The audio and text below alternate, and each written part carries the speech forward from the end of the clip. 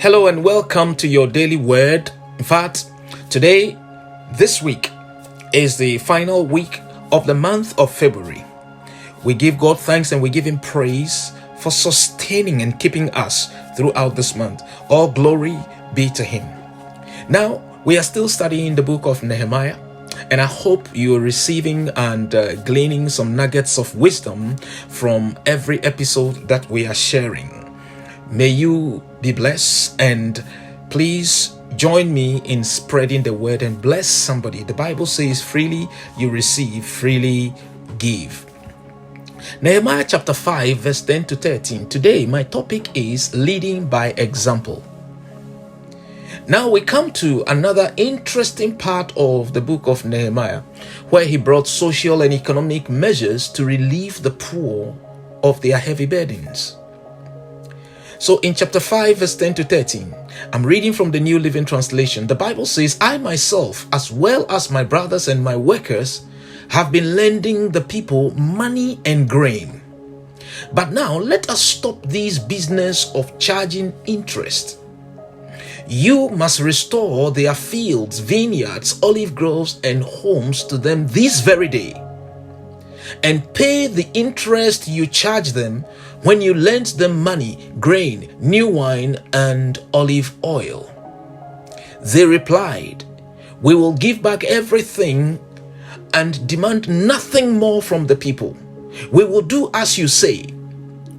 Then Nehemiah said, then I called the priests and made the nobles and officials swear to do what they had promised.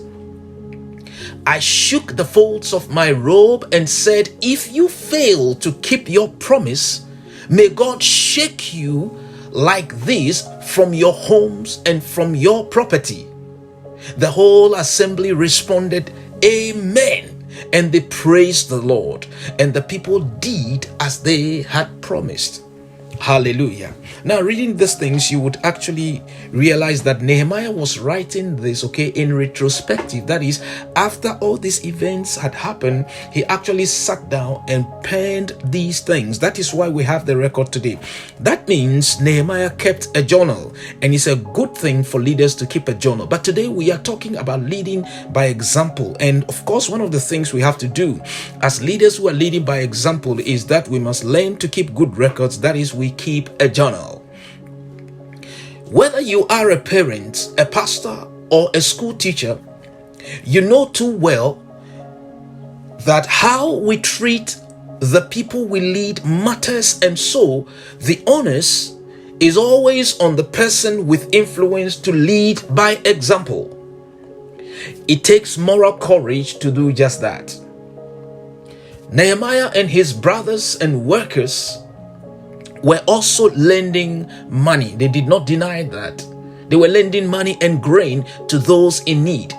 So when the people complained about the unfair interest charged by others, Nehemiah and his men were also implicated in that complaint. However, Nehemiah's response and actions shows that he was probably not charging interest on what he lent to the people.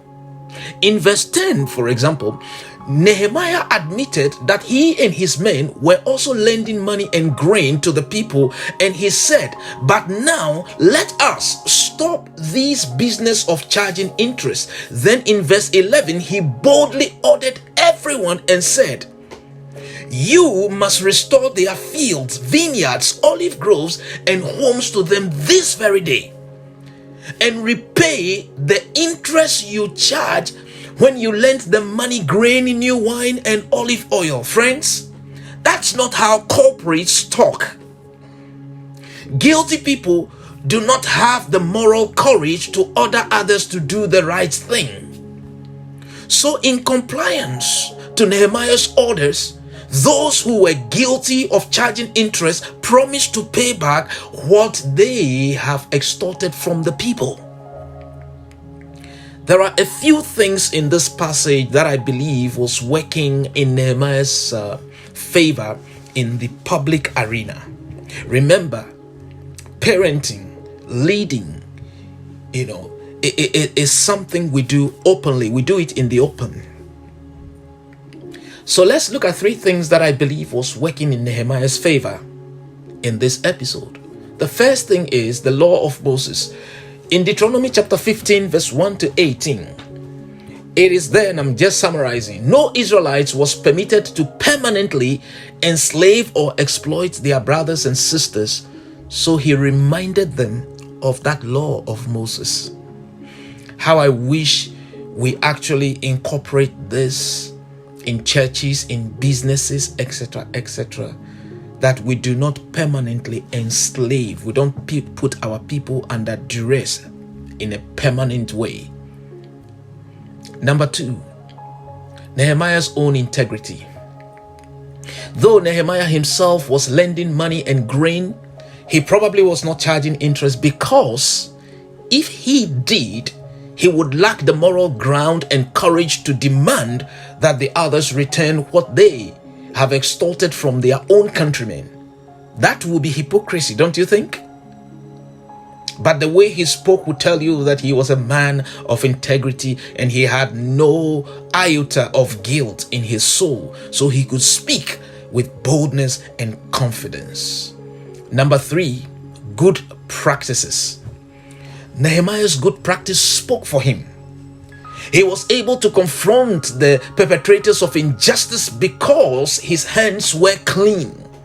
That's why the whole assembly praised God and said, Amen. Otherwise, they would have said, but you two are doing the same thing. But they all said Amen when he shook the folds of his garment and raised a curse on anyone who goes back on his promise to pay back the unfair interest charged.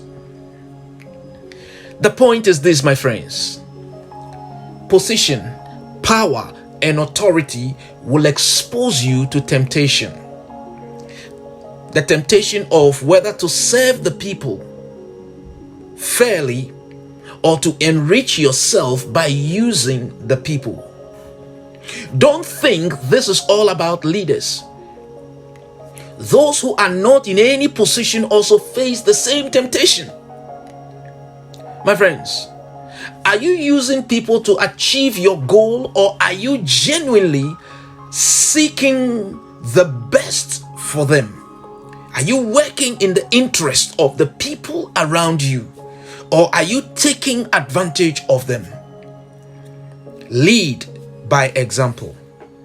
So Selah on these words, and may the Lord enlighten and empower you as you do. Have a blessed and glorious day.